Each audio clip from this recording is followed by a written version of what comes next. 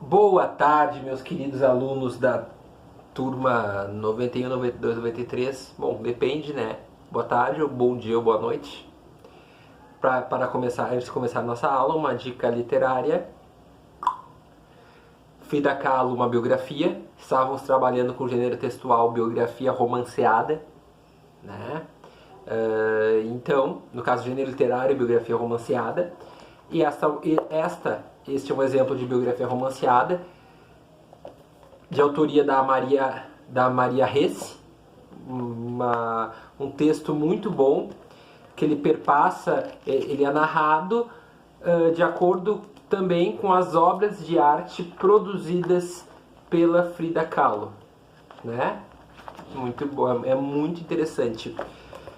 Eu vou dizer que eu li em uma noite, que é muito bom, certo? Fica a dica então, Frida Kahlo, uma biografia de Maria Hesse. Agora vamos à nossa aula. Então, o primeiro conto que nós vamos trabalhar é Caçador de Vidro. Pois bem, Caçador de Vidros, todo conto ele perpassa por um desejo. O epicentro de um conto é o desejo, que é um elemento que constrói a intriga, né? Quem desenvolveu essa categoria do desejo foi o Todorov, né? Esse desejo que vai perpassar, o que vai desenvolver a intriga do conto. E é a partir desse desejo que os fios da narrativa vão se tecendo até chegar ao quê? Até chegar ao desenlace. Nós temos como principais personagens o menino é o protagonista, é uma criança de 7 anos, e o seu pai, são as duas personagens principais. Também há outras personagens, como a mãe, um policial e um atendente de loja, que estão que aparecem em recorrentes passagens do conto. Vamos primeiro pegar as categorias literárias. O conto se passa praticamente durante o quê? Ele inicia aqui. E são apenas os dois, pai e filho, no carro branco que vai a 100 por hora pela rodovia dos Bandeirantes. Rodovia dos Bandeirantes, São Paulo. Então, a gente sabe que esse conto se passa no estado de São Paulo, né? E o espaço físico do qual o conto se passa durante a maior parte do tempo é o carro em que pai e filho estão, né? Um Voyage. Este é o espaço físico. E do Voyage, esse menino observa o mundo, né? Por que eles estão nesse carro? Porque o seu pai deseja comprar vidros. Ele precisa ir para uma cidade comprar vidros. Esse é o desejo do pai. E qual é o desejo do filho? Ele quer medir as distâncias pelo caminho. Mas como assim? Ele não quer só medir a distância através da metragem. Ele quer medir a distância através de uma conjugação do espaço e do tempo. Ele quer compreender por que as coisas são de uma determinada maneira, certo? Porque e esse menino, ele começa a perceber o que? Ele começa a perceber que o seu pai não detém o poder absoluto sobre o saber.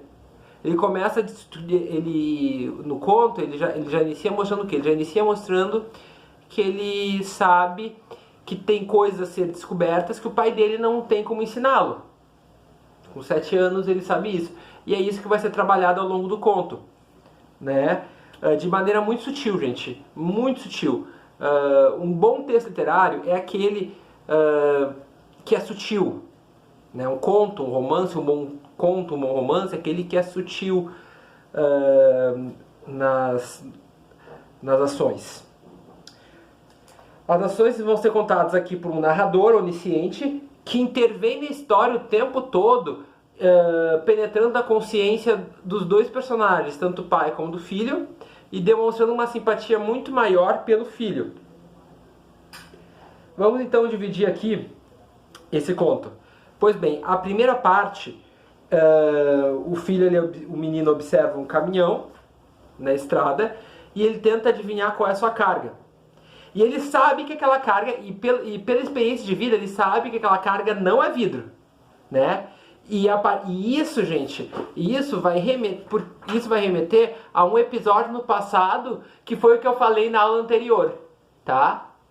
Que foi o que eu falei na aula anterior. Se vocês precisarem, o link vai estar na descrição do vídeo abaixo, tá? O link da aula anterior para retomar esse conceito de passado intervindo presente, né? Então, aqui a partir dessa memória, o menino vai mostrando como que ele começou a descobrir que seu pai não tinha o domínio sobre o conhecimento, né?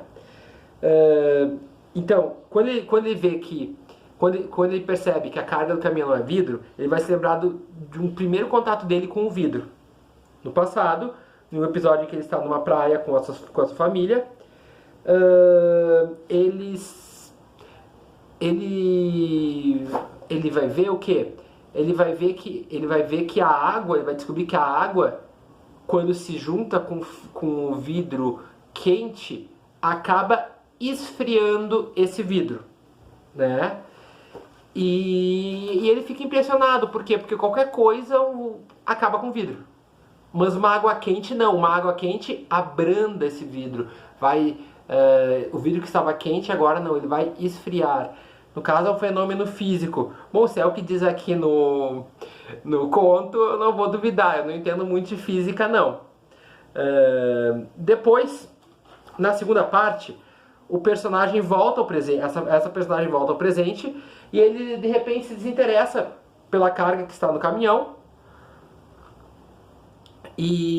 mas ainda pensa no que a água pode fazer com os vidros quentes. Ele acaba questionando as explicações do pai sobre a composição do vidro, né, como que o vidro é composto e tal, porque o pai não tinha essa informação de que a água esfria o vidro incandescente, né? E a viagem segue. E aqui é aquela oscilação que eu falei no vídeo anterior da tensão. Aí de repente o menino vê uma jamanta. Uma jamanta é um grande caminhão, uma cegonha, que são aqueles caminhões que carregam pilhas e pilhas de carros, de automóveis, né? E ele pergunta para o pai, observem como ainda o pai é de alguma maneira um adjuvante, apesar dessa confiança do filho em relação ao pai ter se partido um pouquinho, ele ainda confia.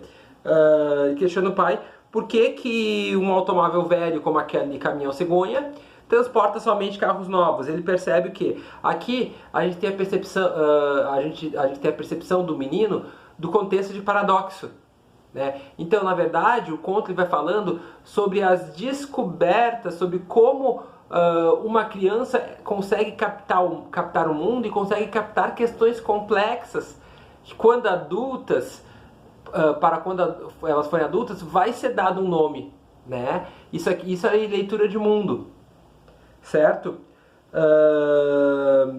Ele questiona então o pai, e o pai ele percebe, o narrador ele mostra que o pai percebe que o menino ele já está desenvolvendo uma autonomia. Um policial para o pai do menino, né?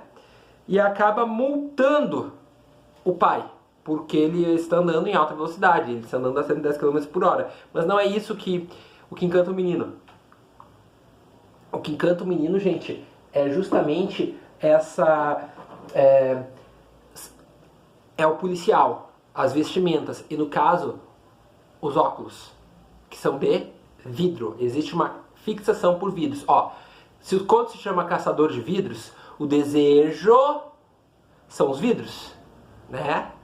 O desejo, só que é um desejo interno, o conflito é interno, né? E assim o menino acaba descobrindo uma outra utilidade para o vidro. O vidro ele também é um acessório que nós utilizamos para nos vestirmos, né? Usamos óculos com lentes de vidro, beleza? E não esqueça que o vidro é frágil, o vidro qualquer coisa quebra. Os dois são liberados e seguem viagem e acabam chegando à cidade. E agora vai se dar o desenlace do conto, né? Quando eles chegam à cidade, essa cidade é toda caracterizada, né? Primeiro há uma placa de bem-vindo, depois há um posto de gasolina, um flamboyant, que é uma árvore, e depois há um caminhão de melancias. E esse caminhão de melancias, observem que tanto o pai quanto o filho ainda estão dentro do carro. Todo o conto praticamente se passa a partir da observação do menino de dentro do carro, né? E aqui esse caminhão de melancias aciona a memória afetiva do nosso protagonista, acaba acionando, né? Porque ele se lembra da primeira vez em que ele provou a fruta melancia, que ele demonstra que ele gosta muito de melancia, né? Ele comeu pela primeira vez também numa praia. Observem, também uma outra lembrança também numa praia, né? Mostrando o quê? Mostrando que algumas descobertas que o menino realiza se dão na praia, né? Ele provou a melancia e se deliciou. E aqui foi a primeira vez que o menino teve a sensação de prazer. E por isso, quando ele viu aquele caminhão de melancia, aquilo fez uma remissão à memória afetiva dele, e ele se lembrou do quão saborosa é uma melancia, né? E aí, logo depois dessa lembrança narrada, eles retornam ao presente. Observe que na lembrança o espaço físico é diferente do presente. No presente eles ainda estão no carro, né? E da boa lembrança de uma sensação prazerosa, ele tem uma sensação ruim, a desigualdade social na cidade, as casas pobres. E o desejo dele, ele mostra que ele deseja que todas aquelas casas fossem de vidro e que dentro de cada casa houvesse um jardim, para que o mundo inteiro fosse um jardim, não essas casas pobres que aparecem na paisagem, acabam enfeiando a paisagem. Os dois chegam à fábrica, que era o destino ao qual eles se dirigiam. Eles agora mudam esse espaço. Ambos saem do Voyage e entram na fábrica. E aqui é uma outra quebra de expectativa, porque durante o conto inteiro ele acha que a fábrica de vidro é de vidro, e ele descobre que a fábrica de vidro não é de vidro. E aqui, gente, tem aqui a questão da unidade de efeito, né? Por quê? Porque houve aquele paradoxo inicial, o qual eu mencionei, e agora há um outro paradoxo para o menino. A fábrica de vidro não é de vidro, ela é de outro material, né? Ou seja, o menino vai percebendo o quê? Que nem tudo ocorre de acordo com o horizonte de expectativas dele, com as expectativas que ele tem. Ou seja, nem tudo é o que parece, certo? E aí, a gente tem uma outra questão muito recorrente na literatura, também denominada pelo Todorov, chamado o ser e o parecer. O ser é o fato, e o parecer é o aparente. O aparente ele acaba, de alguma maneira, guiando a história, né? E em algum momento as personagens elas vão se dar conta do fato, né? Que é o ser, certo? E ao se dar conta do ser, o personagem ele toma consciência, ele amadurece. E assim a história vai chegando ao seu desenlace. Quando a personagem sai do campo do parecer e chega ao campo do ser, que é quando ela toma consciência de alguma coisa. No caso, o menino toma consciência dos vários paradoxos que existem na vida. No final do conto, ambos entram numa sala para apanhar o produto desejado, e o narrador ele acaba demonstrando simpatia pelo menino. E ele interrompe essa narrativa usando mais uma vez o vidro. O vidro vai se quebrar, e ele vai um dia cortar o pé do menino em algum momento, né? Um vidro que pode cortar o pé do menino, também é o mesmo vidro que vai quebrar a narrativa, vai acabar com a narrativa, e vai romper também com as expectativas do menino frente ao pai, frente ao que ele acredita que seja a vida, frente a questões que para o menino sejam óbvias e que de repente ele percebe que não são tão óbvias assim. Na verdade, aqui o conto ele fala sobre a construção da noção de paradoxo. Portanto, portanto, qual é o conflito principal do conto? É um conflito existencial. O conflito existencial do menino de tomar consciência de que as coisas da vida não são necessariamente como ele espera. Pode haver paradoxos, quebra de expectativas, rupturas, e isso é importante para o crescimento, tá? Qualquer dúvida, estou à disposição no Sponte. Beijo!